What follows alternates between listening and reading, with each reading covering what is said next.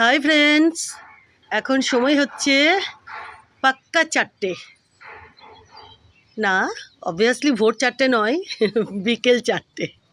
বুঝতেই পারছো। এই যে দেখো আমার লাডলু, দস্যি, গুন্ডা, জেমবাবা। এই কিছুক্ষণ হলো ছাদে এসেছি, তো নীরবাবু ওই ছাদে রয়েছে, বুঝেছো? এখান থেকে বুঝতে পারছো বন্ধুরা? দেখো, চলো কাছে গিয়ে দেখাচ্ছি। বুঝতে তো পেরেই গেছে তোমরা, তাও চলো কাছে গিয়ে না দেখালে হয় বলো তো?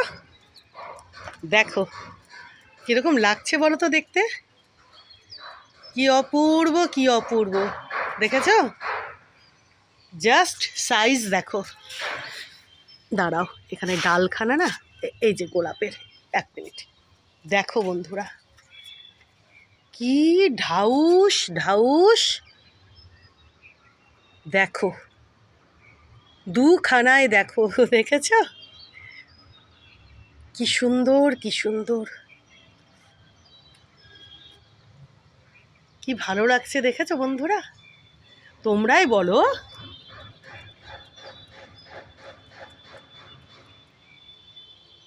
বিশাল বিশাল বরকা বরকা জবা হয় এই গাছে। আর এখানেও দেখো, এই যে আজেম, এই যে দেখো, দেখেছো?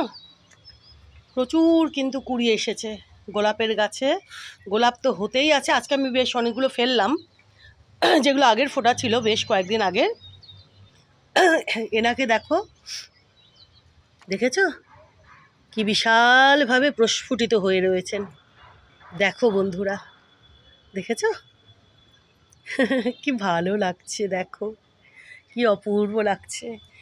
এই দিকে দেখো, এই যে এনাকেও দেখো, এনাকে হলুদ রংখানা দেখো।